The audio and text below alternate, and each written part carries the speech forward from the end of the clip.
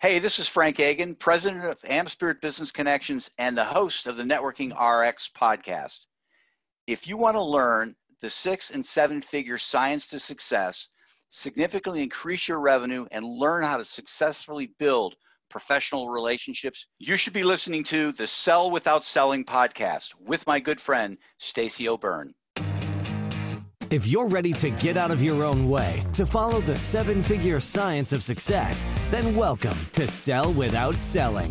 Tune in with renowned international speaker Stacey O'Byrne as she shows you how mastering relationships, achieving the proper mindset, and attaining the necessary motivation will catapult you away from failure and onto your journey to greatness. And now, here is your host, Stacey O'Byrne. Hey, welcome back to another episode of Sell Without Selling. I'm your host, Stacey O'Byrne, and I believe that learning the art and the science of how to sell without selling is the only way to achieve high 6- and 7-figure success. I'm really excited to get into today's episode, and really quick, if you're a business owner, entrepreneur, or sales professional and you haven't hit the level of success that you've wanted or needed, or if you're stuck and needing a pivot in your business and your success, or maybe you just want more and you understand the importance of having a coach to help identify the blind spots, increase accountability, and help with success strategies to take you, your business, your income, and your success to the next level. If this sounds like something for you, then head over to pivotpointadvantage.com/I-want-success. That's pivotpointadvantage.com/I-want-success. There's a quick application there that will lead to a personal phone call with me to see if we're a great fit for each other. All right, let's do this. Hey, welcome back to another episode of Sell Without Selling. I'm your host, Stacey O'Byrne, and today I'm speaking with a really good friend of mine, Frank Agin. Frank Agin is the president of AmSpirit Business Connections, an organization that empowers entrepreneurs, sales representatives, and professionals to become successful through networking. He is also the host of the Networking RX podcast, a weekly short-form podcast with insights and interviews related to better business relationships. And he narrates the Networking RX Minute, a micro podcast with daily ideas and inspiration. Finally, Frank is the author of several books, including Foundational Networking, Creating Know, Like, and Trust for a Long Time of Extraordinary Success. I'm so excited for you to hear today's conversation with Frank. He has a lot of golden nuggets to share with you, and it's a really awesome conversation. I'm excited to get into it. All right, let's get on with it. Frank, welcome to the show. Well, thanks for having me. Gold nuggets. They might be fool's gold, maybe silver. I don't know. I'm excited to have you on the show. So we were talking earlier, and as a matter of fact, we were talking a couple days ago. I'm really excited for our listeners to get a glimpse of what success means to you. What success means to me? You know what? For me, success is being able to do what you want to do. Really on your own terms. I mean, a school, success is not money, right? Mm-hmm. School teachers don't make a lot of money, but they, for the most part, they're doing what they would love to do. Mm-hmm. And I get it. There are certainly problems with school teachers. It's one example.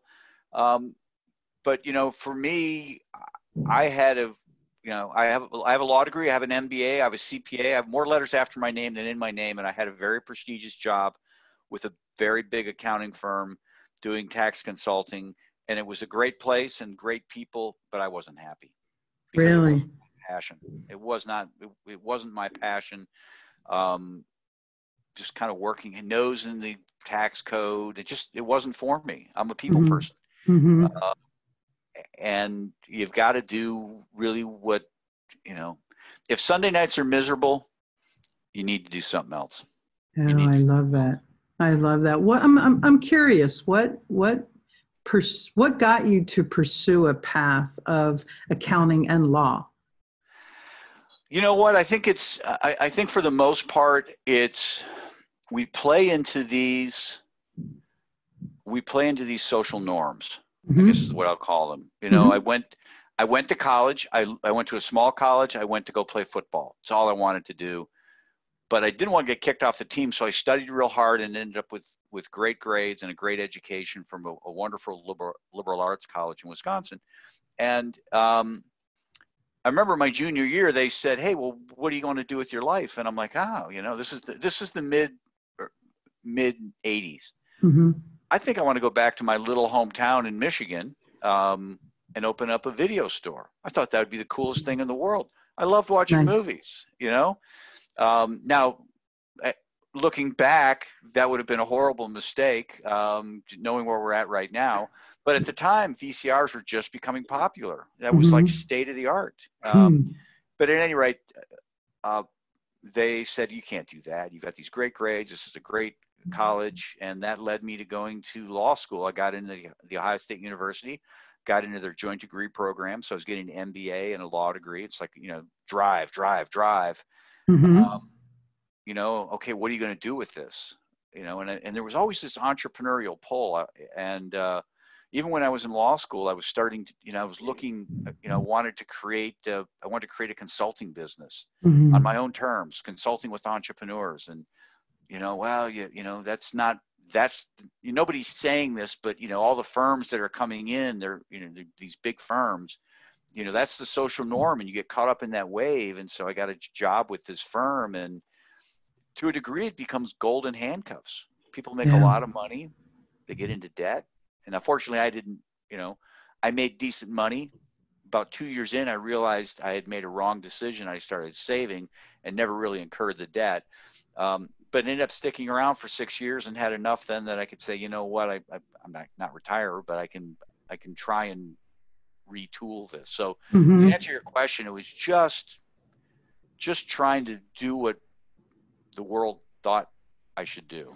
Wow. Okay. So I'm curious, you went from corporate to entrepreneurism. Did you stay an accountant or an attorney, or did you just completely flip and choose a different career in entrepreneurism?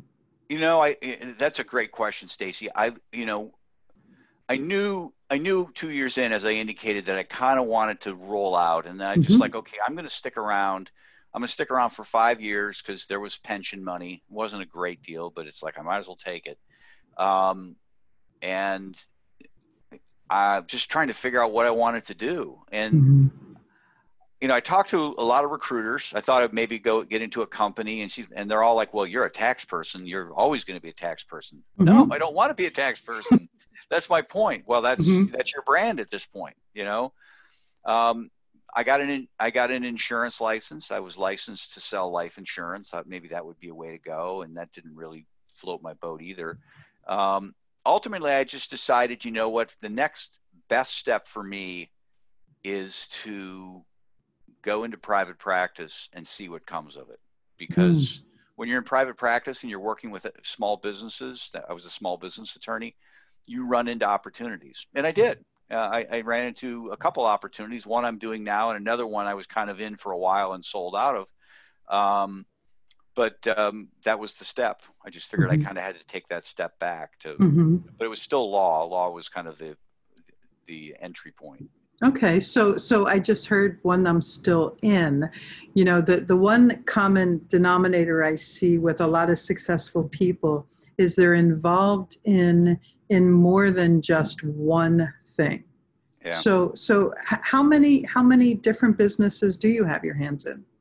At this point, just one, just AmSpirit Business Connections. Okay. But there was a point where I had a client, interesting story, because he was referred to me. They said, "Hey, this guy needs a will." I met with the guy. He's like, "I don't need a will. I'm single. I don't have anything. I don't need a will. I just told my insurance agent that so he wouldn't know what I was doing." And he was very big into the soft drink beverage industry, like off-brand things. It's not Coke, Pepsi, but he would find old brands, nostalgic brands, and resurrect them.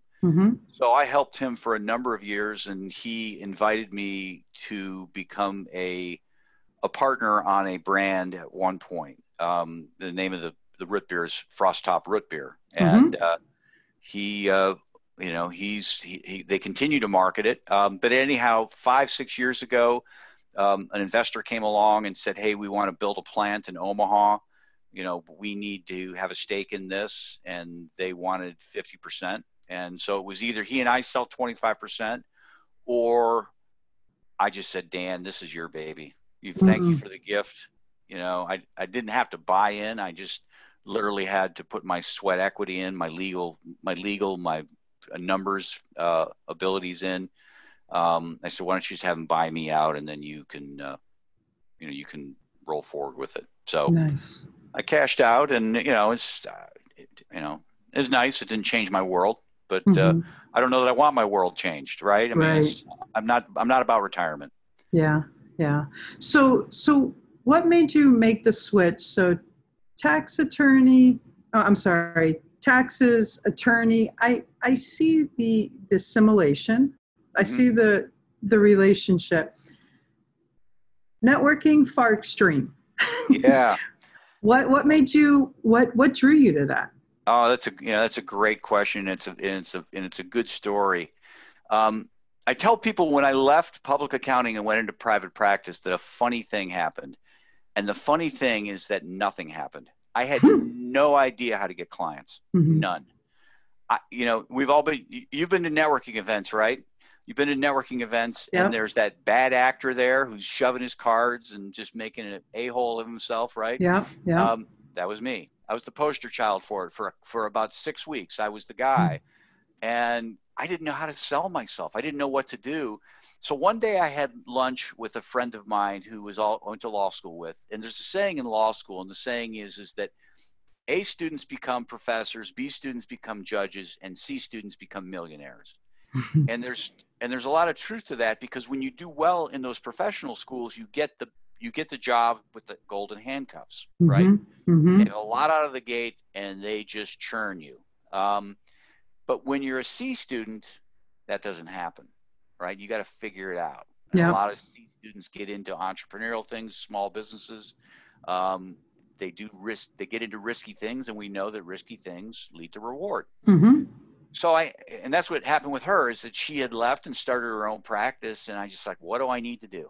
What do I need to do to be successful? I do not want to go begging for my job back. And she said, one of the things she said was, you need to get into a tips club, a leads group. And I had no idea what she was talking about. But I found myself in February of 1995 at a meeting with 5 or 6 other people who were looking to start a chapter of this organization that brought together entrepreneurs, sales reps, and professionals into a weekly meeting where they learned about each other and referred each other. Very similar to your team business, right? B&I, some people are familiar with. And when I sat down at that meeting, immediately made so much sense. I can brag about you all day long, and at the end of the day, feel energized. If I talk about myself and try and brag on myself for 15 minutes, it's exhausting. And I could lift my world by helping these people become more successful. Nice. Give to others, it's going to come back to you. And I saw that right away. And so I really kind of doubled down on that. And there's a woman who was in the chat who joined the same week I did. It's 25 years now. We are, I call her my second sister. I mean, we're great friends. So anyhow, I was in this group, just kind of building my law practice, and they made me the president of this new chapter, and I got really involved. And the woman who had started it, she had been involved with LaTip, and she had moved back to Pittsburgh to start LaTip, and something didn't work out there. And so she left LaTip and started her own organization. It was called Network Professionals.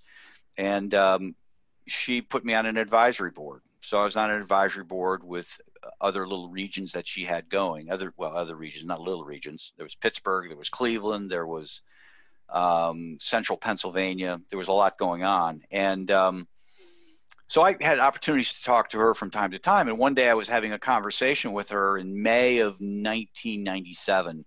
And she put me on hold and got back on the call. And she she said, hey, the guy who's running the Columbus, Ohio market where I was at, he just called in to quit. I'm like, oh, really?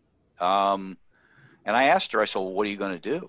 Because there weren't a lot of things going on in Columbus, but there was enough. And she said, I got to be honest with you. I'm a fast approaching 60 years old. And when I started those groups, I would get up at 3 a.m. to drive 3 hours from Pittsburgh to Columbus. Oh, wow. Yeah. And she said, I don't want to do that anymore. To be perfectly honest, I want to start to franchise this thing. It was actually, she called it a license, but technically it was a franchise. But at any rate, type of law I practice was business. And so as she's telling me this story, I'm working a calculator. I'm like, and I told her in that conversation, I'll do it. I'll be your first franchisee. 15 days later, I took over as her first franchisee. And I still practice law because I could, but I really went all in on it. We were probably her smallest territory at that point in time. Within a year, we were number one. Wow. Within 3 years, we were bigger than half her operation. And part of it is I had a real love for it. And the other part I joke about is my wife saw me write the check to buy the franchise, right? And that's always very motivating. But I loved it. And then at one point in 2003, she was nearing retirement. She kind of wanted to cash out, and I bought out what I had. I bought out the Columbus area, and part of that was I had to change the name, and I was stumbling on a name, trying to figure out a name, and it all sounded the same. Network Professionals, Business Network International, blah blah blah, International Referral Exchange. They all sounded the same. And I wanted something that I could really trademark and protect. And years earlier, when I was in law school, I'd come up with this term, AmSpirit, short for American Spirit. The American the spirit of the American enterprise. And I'm like, okay, I'll just use that, AmSpirit. And so that was really kind of the transition. That all unveiled in 2004, and I essentially stopped the practice of law completely at that point. So kind of what I'm hearing is the secret to success is to have skin in the game, open-mindedness, flexibility, passion, and a vision. Yeah. Hard work too, right? Yeah, absolutely. Yeah. I mean, you've got to love what you do. And I don't care what it is. I see insurance agents out there, and I wouldn't be happy being an insurance agent, but they love what they do. And, in their mind, we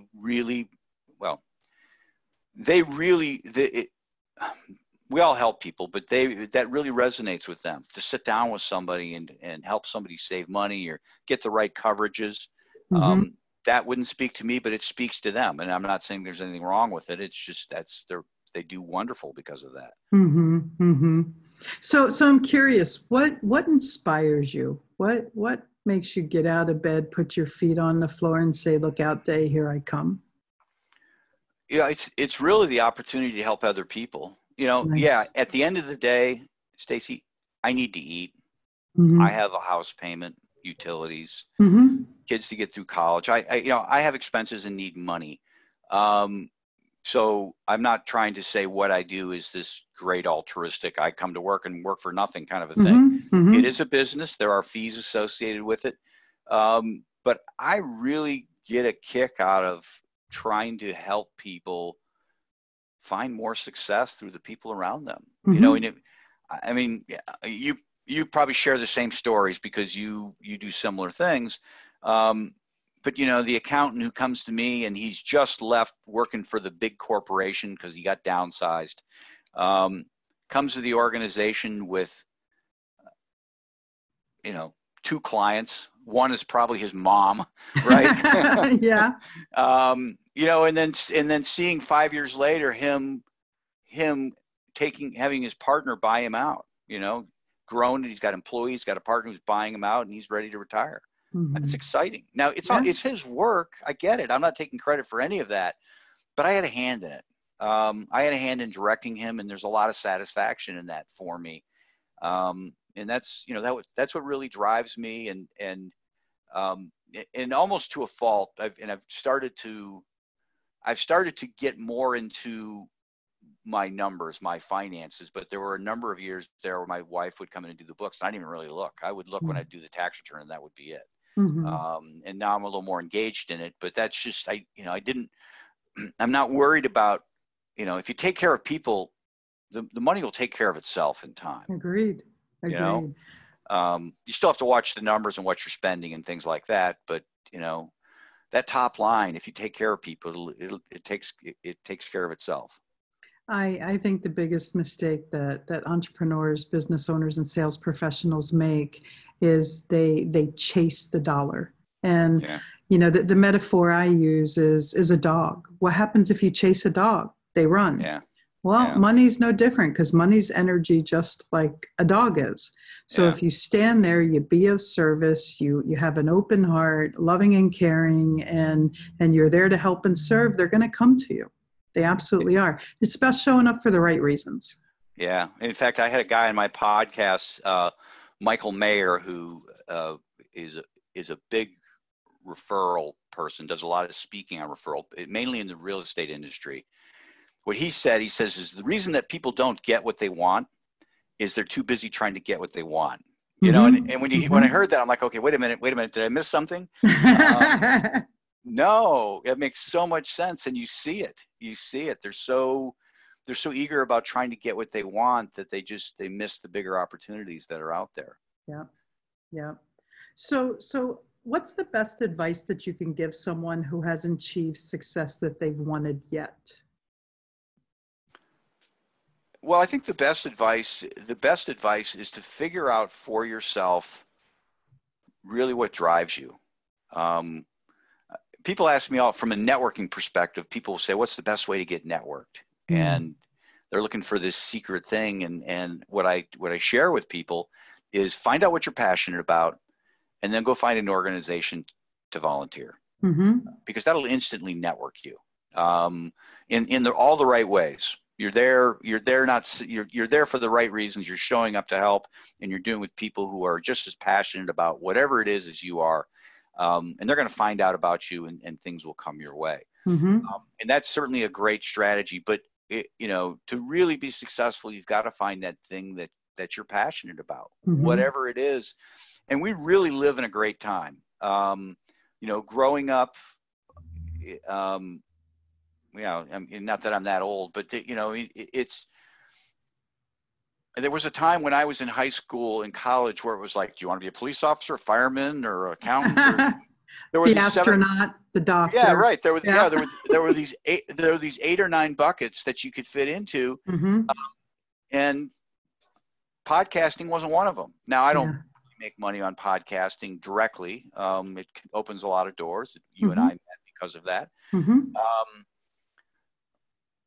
But there are people out there who make money podcasting. They would probably have never gotten a whiff from any sort of radio station. People make money doing YouTube videos, and we can laugh about these things, but some of these videos are very educational, very well done. I mean, it's a profession. Yes, some of them are funny. They're playing games or they're playing pranks on people, and those are fun to watch. But they're happy. And so I think when I say it's a wonderful time, there's a lot of different things that you can do. My daughter just graduated college and trying to help her find a job. And I just told her, I said, Logan, you love soccer. Think about how you could just have that love for soccer and turn it into something. And I don't know what it looks like. I don't know what it looks like. And maybe it's not right out of the gate. Maybe it's just kind of a side hustle thing that you're doing. But when you're really passionate about something, you're going to put in the time. Absolutely. You never feel like you'll work a day in your life when you love what you do. Yeah. I worked at that firm. I worked at that firm until December 31st, 1994. January 1 of 95, I was self-employed, and I had a home office to start out with. And when that phone rang on Saturday morning, I was up out of bed, you know. I didn't mind working. I still don't mind working late. I don't mind going home and turning the TV on and just, you know, having the ball game on in the background and working till all hours. It's mine. But you have to be passionate about it. Yeah. Yeah. So I'm curious, can you talk to us about what role you think a person plays in their ability to close business and be successful? Well, I think it's probably 100%. I really think it's 100%. It's how you show up. You know, it's how you demonstrate, you know, whether you care or not. Obviously, that's assuming somebody has a need for what it is you sell. I mean, being a nice person and giving to the world, you know, you're still not going to sell ice cubes to Eskimos, right? Correct. But you know, if you're, you know, in fact, I had a great conversation yesterday with a financial advisor out in the DC area, and I told her the same thing. I said, you know, she was kind of asking my advice on, you know, hey, you know, what are your thoughts on networking and reaching out to clients, you know, in this COVID environment? And I told her, I said, make a list of your clients, make a list of your prospects, and I want you to call each and every one of them and have a conversation that is something like, how are you doing? I don't want to talk about finances. I just want to see how you're doing. You know, you always know if you have questions, you can come to me on finances. How are you doing? What, you know, just really just a ton of empathy. And I told her, I said, I know that's the key. I know that's the key because that's, you know, that develops the relationship. There was a study that was done in 1965, and what they did is they took a guy, and generally very sexist, but men worked back then, and women stayed home. That's just the way it was, and right or wrong, that's just the way it was. So they took this guy, and 8 hours a day he went to work and worked alongside of another guy. And then the other 8 hours he went home and lived with the guy. And, you know, obviously got up in the morning, 7 to 9 o'clock, they spent time together. And then in the evenings, they'd spend time together. And then when this was done after 3 months, they sat down and measured where where he had the better relationship. The person he spent time at home with or the person he was at work with. Equal amount of time. And hands down, it was the person he spent personal time with. Yeah. Why? Because it was conversations about the ball game. When I was a little kid, I wanted to be a relief pitcher, and my dad coached me. And, you know, those things, those personal things are the things that relationships are built from. And if you're a financial planner, not to pick on financial planners and you're calling your clients and saying, hey, I'm here for you. What kind of financial questions do you have? It's tactical. Right? They have a wall that's going up. They're afraid that they're being sold to. But if, you know, as I told this young woman, I'm like, listen, if you just make it personal, find out about them, not too personal, but just, you know, you see the kid who graduated high school, where's he going? What's he want to do? He's looking to do this. You know, I've got a client I could hook him up with. Those are the little things that kind of build things, but have these conversations and then take notes. Take notes. And I got this idea from a professional speaker friend of mine, a guy by the name of Matt Ward, who's out in the Boston area. And what he advises doing is act on those personal things. He calls them care packages. So, you know, somebody says, oh yeah, you know, this is what I'm really missing. You know, I'm missing whatever it is. Or I'm into baseball. You know, you do something related to that. Maybe you should buy him a baseball cap. You know, hey, I happen to be traveling and I saw this baseball cap. It made me think of you. Rather than sending them, hey, I'm thinking of you. Here's all sorts of stuff on our firm. You know, that's tactical. Right. And so I think that, you know, those are the types of things that we need to try and execute on. Nice. So this is one of my favorite questions to ask someone who is absolutely entrenched into a networking environment. A few weeks ago, I had interviewed Kelly Holmes, who is the CEO and founder of Team Referral Network. And Frank, you're the president and the founder of AmSpirit Business Connections, which is a category networking referral group, just like Team Referral Network is. So I'm curious, what is networking to you? For me, networking is two or more people working towards their mutual benefit. Mm-hmm. People coming together and trying to figure out how they can both succeed through each other, not from each other, but through each other. That's essentially what it is. I like that. I like that. Tell me about a time when a connection to someone led to a big opportunity for you through networking. Oh, wow. That's, it's a question I had on my podcast for years is, tell me about a favorite book that you've read. And I could always tell if somebody was a big reader because they would stumble on that, right? Yeah. There's so, if you read two books, it's one or the other. It's pretty simple. Yeah. There have been so many, so many great opportunities. I shared the one about the Frost Top root beer. That was a referral. And that guy his name's Dan Myers. He's still a great friend. And we were in business together for 15 years. It's wow. It's really so hard to say because, sometimes we make connections, and they don't manifest themselves into things for years. Yeah, I agree. They don't. And, I have a franchise, I have a franchisee out in Boston. The guy had mentioned Matt Ward, and, he was somebody that I connected with through LinkedIn, and we knew each other probably 6 months before he finally just came to me, and I never pitched him. Hey, I'd like to buy a franchise. This sounds really cool. And it's just, it was during that 6 months, it was a lot of me. Hey, Matt, what do you need?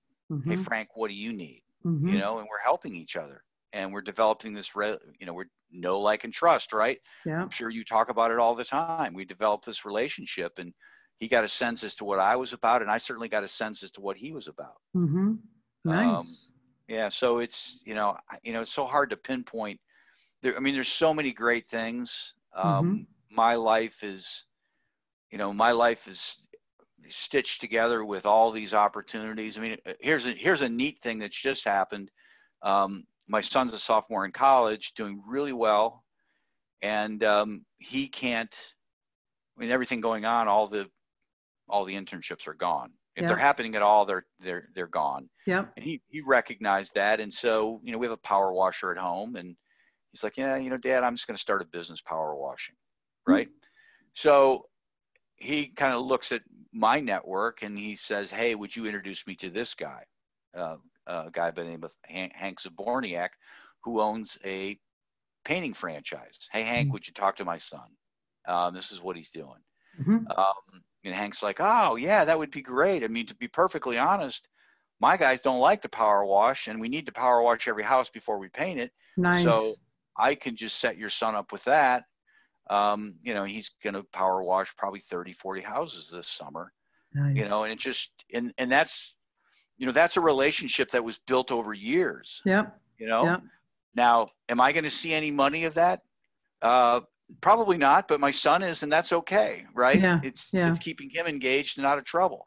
Mm-hmm. So I think, a lot of neat opportunities. I think that's I think that's a perfect answer, because reality is this, there's not, if you're an avid networker, if you really get the concept and the idea of working with each other, then they manifest themselves in so many different ways and so many different times. And, some of them take a week and some of them take a decade. There's no right or wrong.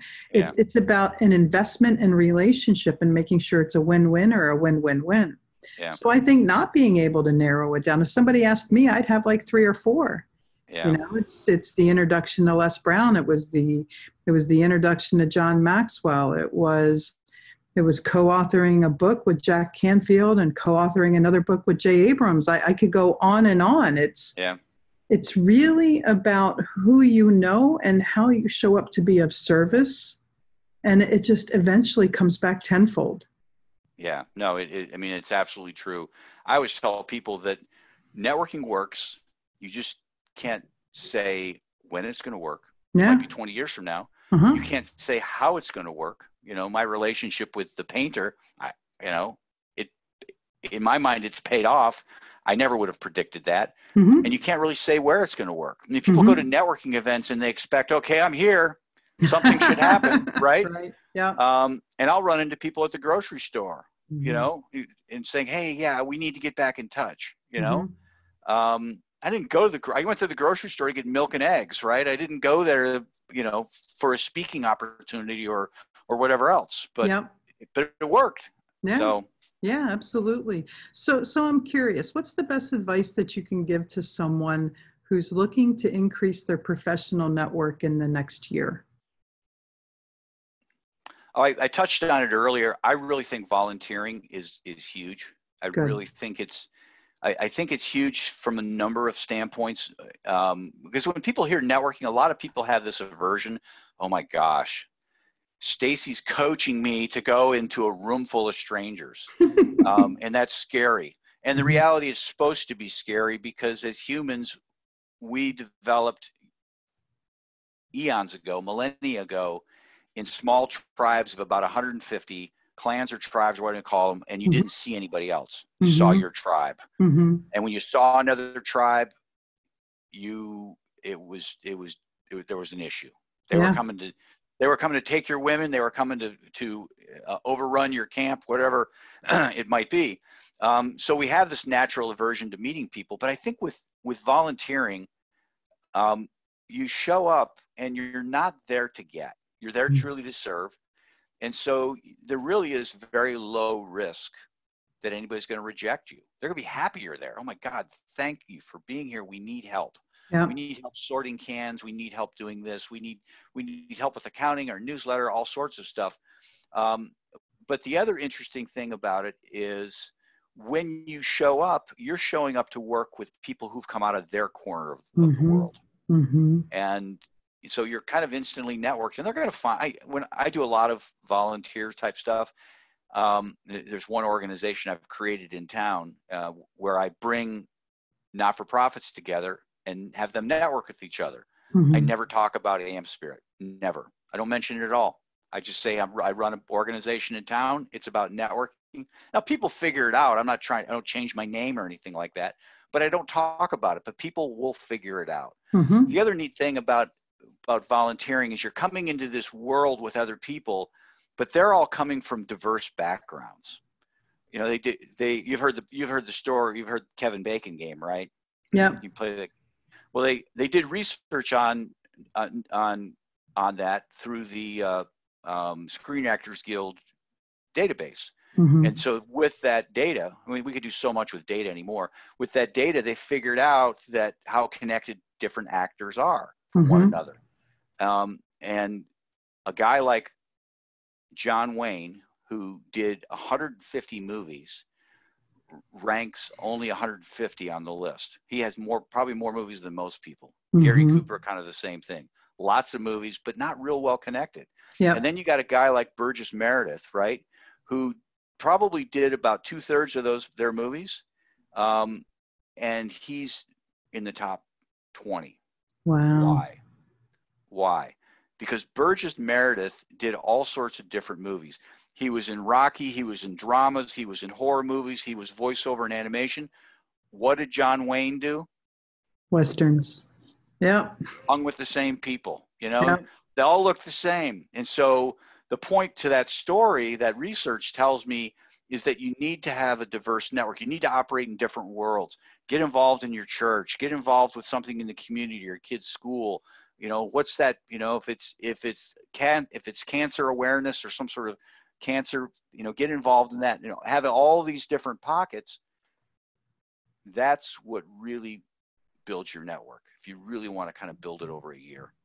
That's phenomenal advice. Diversification and flexibility. I love that, Frank. Absolutely love that. So I'm curious, how important do you think coaching and mentorship is to someone's ability to be able to achieve success, and why? Well, the reality is we do nothing alone. We don't. Agreed.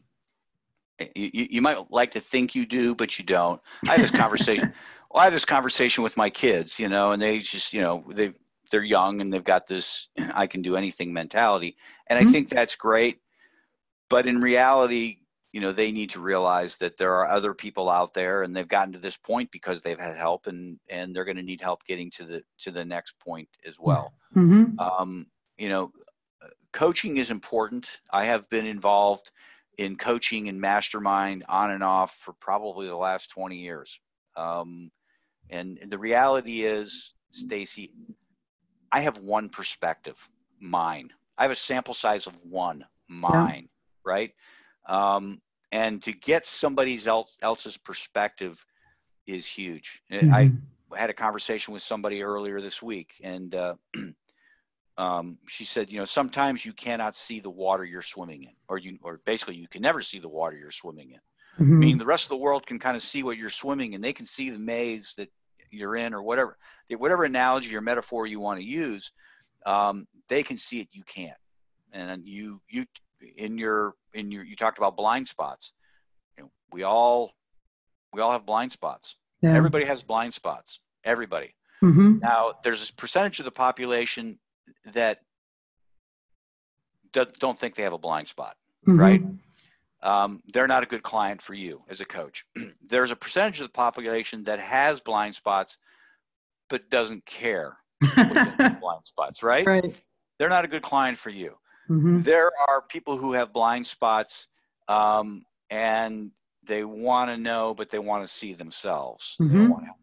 And they're probably ultimately a candidate for you, but the people who are a good candidate for you are the people who, well, everyone has blind spots. They have blind spots.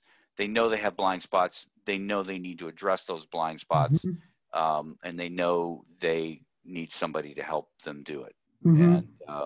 And that's, I don't know how big that population is. But those are the people. You're not going to convince the person. Absolutely. They don't have a blind spot. Just let them go. That's why the Michael Jordans become the Michael Jordans and the Joe Franks don't. Yeah, that's right. Right? Yeah, right. Yeah. I mean, reality is, one thing I learned early on in my personal journey and my professional journey is, when you're part of the problem, you can never be part of the solution. Yeah. Because the brain that created that reality is incapable of creating any other reality unless that brain changes. Yeah. Yeah. So this is my favorite question to ask. It's my signature question because it's also the namesake of my podcast. What does selling without selling mean to you? You know what? I love to shop. I love to go to Home Depot and walk around and look at things and think of the possibilities. Lots of stores. I like to go to sporting goods stores and things like that. I love to shop. I enjoy buying. I do not want to be sold. I don't. I just don't. Yeah. And to be successful, you need to just create enough value in the world that people want to come to you. That you got to get on their radar in a very quiet way, but you can't be so overt that it turns them off. You just can't. And I tell people with my organization, with the franchises I sell, I tell people, I'm not going to hound you. It's not that I'm not interested. I would very much love to have you as a member or a franchisee, but I'm not going to hound you because I want this to be a relationship. I want this to be a relationship that's going to last 30 years, perhaps. Nice. And so just, if you have questions, great. But I'm not going to hit you with the big close, right? Like, you want to buy on Tuesday or Thursday? It's like, come on, I'm not dumb. I know, right? The double bind. Yeah, so come on. Did that ever work? I don't know. Alternative choice questions. Yes, yeah. I get it. It's the technique. That's it. Yeah. So since you brought that up, I'm really curious. What do you think is more important in in selling and being successful? Mindset or skill set? Oh, I think it's mindset. Absolutely. I think it's mindset. Yeah, it's people. What's the saying? People do business. This is a John Maxwell.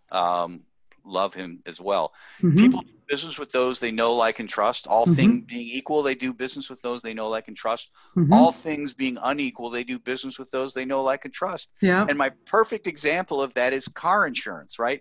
Mm-hmm. I can go online right now and I can get cheaper car insurance than I have. In a heartbeat. In a heartbeat. Yeah. You know what? But I can't get my insurance agent that I can call and just say, hey, what's up? Can Mm-hmm. you help me? Mm-hmm. He's got my home policy as well. Hey, sump pump broke. We got a flood. Just, don't worry about it, Frank. Take care of it. Mm-hmm. Just go about your day. I will Mm-hmm. take care of it. Okay, great. I don't have to be on hold. I know him. I like him. I trust him. Yeah. And that's, mechanic, same thing. I found a mechanic that I know, I like, I trust. I have to drive probably past 6 or 7 mechanics to get there. It's not totally convenient, and depending upon his schedule, he'll give me a loaner or just make it work out for me. But it's know, like, and trust, and I don't shop it. Mm-hmm. I don't shop it. Mm-hmm. So this is my next round of our podcast. It's one of my favorite rounds because I believe that success leaves clues. So that means that my listeners know what's coming. And because success leaves clues, I like to help our listeners understand how our successful guests do things, process information, live their lives, whatever, so that if any of it resonates with them, they can pick pieces out and incorporate it into their life, right? Yep. So that way they can inevitably start growing their success by incorporating different behaviors. So what does your morning routine look like? Oh, boy. I will tell you, but I tell people there's a lot of weird things about Frank Agin. I think we're going to get into them here. Okay.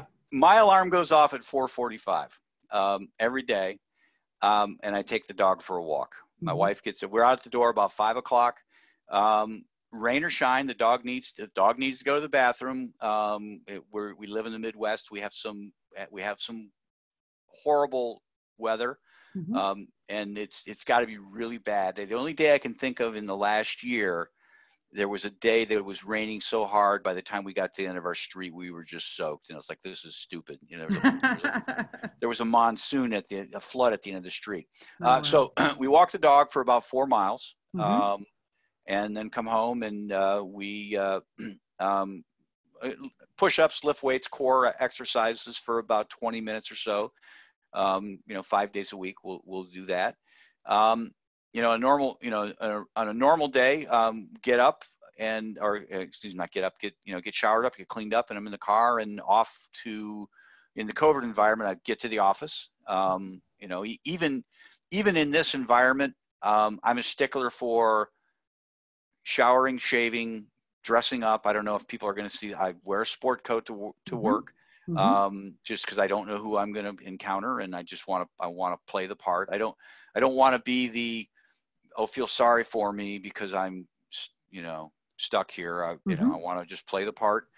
But outside the COVID world, I'm off to a chapter meeting of AmSpirit Business Connections. So that's, Okay. Gets me to about 9 o'clock. Yeah. So, it's funny because one of the common things I see from most people across the board when I ask that question is they're early risers. Yeah. Yeah. So my next question in the random round is, how do you decompress and how do you recharge? I don't do vacation. I'm horrible with vacation. My last real vacation was my honeymoon, and I got married 26 years ago. Now I live in Columbus, Ohio, and my family lives in Michigan, Minnesota, Florida. They're all, and my wife's kind of the same way. So a lot of our time off is going to see family, and it's not necessarily vacation. Mm-hmm. But what I really love to decompress and haven't been able to recently is go to the movies. Nice. I will tell my assistant, it'll be noon, 11:30. I'll look at the movie schedule. I'll say, Mary, I'm going on vacation for 2 hours. And she knows exactly what I mean. What are you going to see? Uh-huh. But I wear a Fitbit and it keeps track of my sleep. And I get so relaxed at a movie that my Fitbit thinks I'm asleep. It gives me credit for sleeping. That's how relaxed I get at those movies. And I come out and I'm a different person. Wow. Now it doesn't work as well when I'm watching movies at home. The dog needs something, or it's just, there's distractions. Yeah. But getting into a movie theater and just kind of, especially in the hot summer months when you can just kind of really cool off. Yeah. Mm-hmm. I love that. So last question in the random round. All right. If you could sit on a park bench with someone, past or present, and talk to them for an hour, who would it be and why? I would probably, that's a good question. I would love to talk to my great-grandfather. I never met him. My great-grandfather lived in Croatia, what was Yugoslavia. Mm-hmm. And when my grandfather was 18 years old, he put him on a boat, called in a favor to get him on a boat to get him to the United States. Wow. Knowing he would never see his son again. Wow. Yeah, that's courage. That's love, and that's courage, right? Yes. That's a total selfless act. And just to, now he speaks Croatian, and the language barrier would have to be something, but just what led up to that and what became of it afterwards. I mean, I think they did communicate in time, where letters were written and phone calls were made. But this was all in the late 1920s. But just for that to happen, my son moved from Columbus, Ohio to Miami, Florida. And for me, that was gut wrenching. Right. But I consoled myself in that thought that I will see him again. I will see him. I can see him. But my grandfather never went back because for the longest time, Yugoslavia was a communist country. And if he went back, he wouldn't be able to get back to the United States. So, so I would love to have that conversation. Oh, I love that answer. Thank you so much. So now we see where you get your entrepreneurial spirit from, because let's face it, it takes foresight, vision, and courage to become an entrepreneur. And it sounds like you got that from your great-grandfather. Possibly. Yep. Possibly. Yeah. Frank, it's been really awesome. It's been a really awesome conversation. I appreciate you coming on the show. Before we head out, what's the best way for our listeners to get a hold of you if they want to connect with you? Well, the easiest way, it's a funny thing you say this, because I was thinking the other day, it's like, man, there's like a million different ways that people get a hold of us anymore. It used to be they could just call, right? They'd call your home phone number. Now it's home phone number, cell, LinkedIn message, Facebook, email, text. It's overwhelming. But anyhow, to answer your question, I have a website, frankagin.com. It expands a little bit on my bio, but it links to my business, AmSpirit Business Connections. It links to my podcasts. It links to me on LinkedIn. It links to me on Facebook. It links to me on Twitter. So it's really kind of you choose how you want to talk to me. It's all right there. It shows my books. So if you want to order a book, it's all right there. Fantastic. Frank, I know you're busy. I appreciate you coming on the show. Thanks so much. I've had a fantastic time talking with you today. Your success is important to me, and it's also important to me to make sure that these episodes are valuable to you. I would love for you to do a few things right now. I'd love for you to hop over to Instagram and follow us at Pivot Point Advantage. That's hop over to Instagram and follow us at Pivot Point Advantage. Second, I'd love it if you'd head over to Facebook and join our Sell Without Selling community. That's head over to Facebook and join our Sell Without Selling community. We have an immense amount of interaction on both platforms. We also share different information on both platforms, so we look forward to seeing you there. Last and definitely not least, I love to chat with you, give feedback on the episodes, and find out any topics that you're interested in to help make this podcast more powerful and helpful to you achieving the success you've always dreamed of, desired, and deserved. Head over to pivotpointadvantage.com/talk to Stacey. That's pivotpointadvantage.com/talk to Stacey. Let's get a 15-minute call on the schedule. I look forward to getting to know you. Always remember this: choice is a powerful thing, and suffering is always optional. Get out of your way so that you can get on your way, so you can finally have your way. Thanks so much for listening, and I look forward to talking with you soon. Whether it's mastering your mindset, communication, or success, we have more ways to keep you on your journey to greatness. Be sure to visit us at pivotpointadvantage.com for exclusive online training programs, success-specific courses, and more ways to connect to Stacey directly to help you achieve the financial success you've always desired, dreamed, and deserved. That's all available on pivotpointadvantage.com.